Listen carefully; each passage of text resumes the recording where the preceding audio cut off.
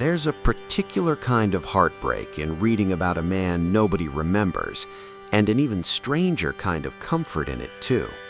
William Stoner, the quiet, unassuming professor at the center of John Williams' novel Stoner, achieves almost nothing the world considers success.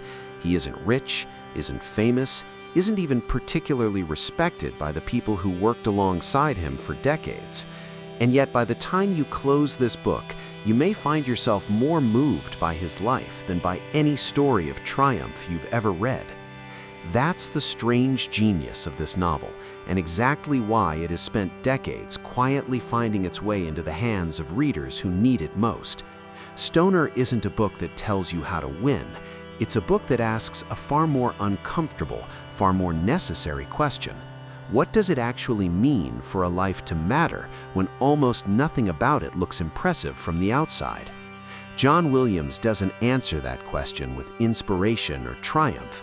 He answers it with patience, with dignity, with the slow accumulation of a life lived honestly. Today, we're pulling 5 lessons out of this quietly devastating novel. Lessons about work, love, and the kind of perseverance that never once raises its voice. 1. Passion doesn't need to be loud to be real. William Stoner arrives at the University of Missouri as a farm boy sent to study agriculture, dutifully preparing to return home and work the land like his father before him. Then, almost by accident, a required literature course changes the entire direction of his life. His professor asks him to explain the meaning of a Shakespeare sonnet, and Stoner, unable to find the words, feels something shift inside him anyway, a quiet, wordless recognition that this, somehow, is where he belongs. He never becomes eloquent about it, he simply never leaves it again. There's something deeply moving about how undramatic this awakening is. Stoner doesn't fall to his knees in a moment of dazzling epiphany. He barely manages to explain what happened to him at all. But the novel insists that this is exactly what real passion often looks like, not a lightning bolt, but a quiet redirection so total that a person's entire future reorganizes itself around it. John Williams seems to be reminding us that the passions capable of shaping an entire life rarely announce themselves loudly. Sometimes they arrive as a single, quiet question you can't quite answer, and yet somehow can't stop thinking about. 2. A life's worth isn't measured by the world's applause. By any conventional measure, Stoner's career is a quiet disappointment. He remains an assistant professor for most of his life, overlooked for promotions, sidelined by departmental politics, never publishing anything that makes him famous, never becoming the scholar his younger self might have imagined. Colleagues pass him by. Students eventually forget him. If you measured his life purely by titles, recognition, or worldly success, you'd have to call it unremarkable at best. And yet, John Williams refuses to let the reader see it that way, because Stoner's real inner life, his devotion to literature, his quiet integrity in the classroom, his unglamorous persistence through decades of disappointment, never wavers, regardless of who notices.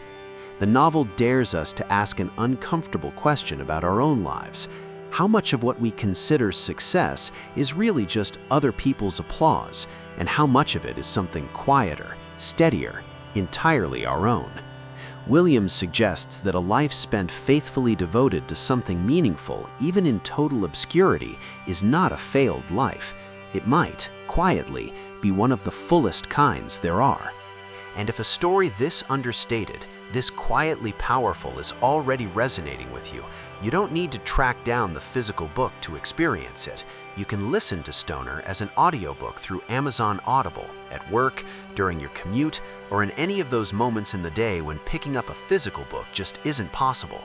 Right now, you can try the subscription for practically nothing, and I'll leave the link down in the description if you'd like to give it a try. 3. Love can be complicated, imperfect, and still matter. Stoner's marriage to Edith is, in almost every sense, a quiet catastrophe. Two people who misunderstand each other from the beginning, who grow more distant with each passing year, who share a house without ever quite sharing a life. And yet, inside that same disappointing marriage exists Stoner's daughter, Grace, whom he loves with a tenderness the novel renders almost unbearably moving, even as that love, too, gets slowly eroded by circumstances beyond his control. Later, in a brief and doomed affair with a younger colleague, Stoner experiences something closer to genuine partnership than he ever finds elsewhere, only to lose that too, sacrificed to the demands of respectability. None of these loves in Stoner's life resemble the clean, satisfying romances we're used to seeing rewarded in fiction. They're flawed, interrupted, often quietly tragic. And yet John Williams never suggests they were meaningless because of that. If anything, the novel insists on the opposite. Love doesn't have to last forever or succeed by conventional standards to have genuinely mattered. Stoner's capacity to love deeply, even briefly, even imperfectly, becomes one of the most quietly heroic things about him. 4. Integrity sometimes means standing alone. When a graduate student named Charles Walker turns out to be both unqualified and dishonest, Stoner refuses to pass him, setting off a bitter, decades-long conflict with a powerful department chair who protects Walker regardless. It's a fight Stoner could easily have avoided by simply looking the other way, and one that costs him dearly in career, reputation, and peace of mind for years afterward. He never seriously considers backing down anyway. This is Stoner at his most quietly courageous, and the novel treats it with the seriousness it deserves. Integrity, Williams seems to argue, rarely gets rewarded the way we wish it would. It usually just costs you something, sometimes for years, sometimes for a lifetime, with no guarantee anyone will ever notice or thank you for it.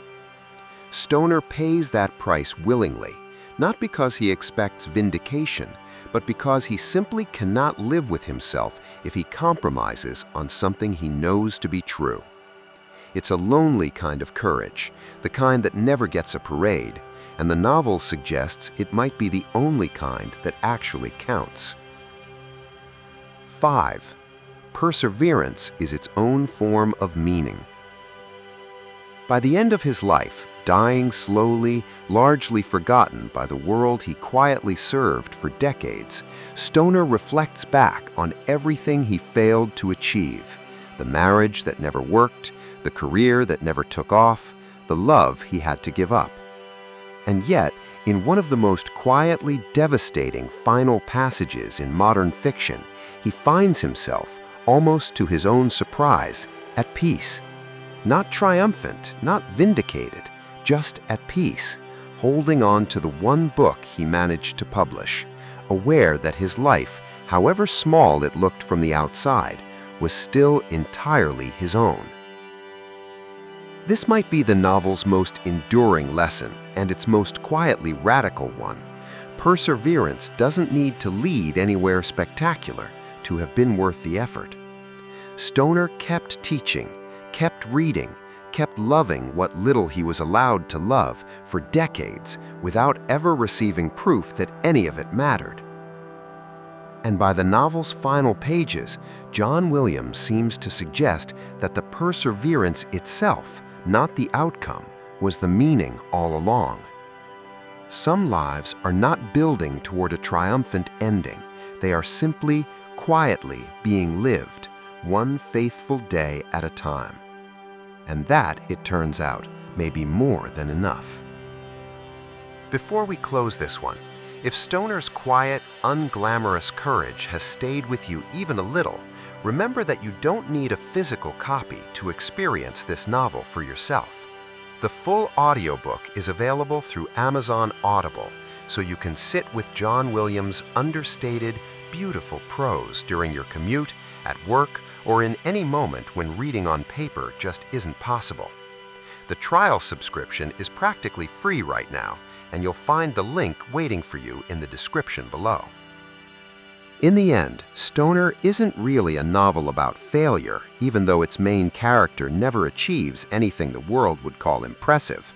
It's a novel about the quiet dignity of simply staying faithful to your work, to the people you love, to the person you know yourself to be, even when nobody's watching, even when it costs you, even when no one ever calls it success.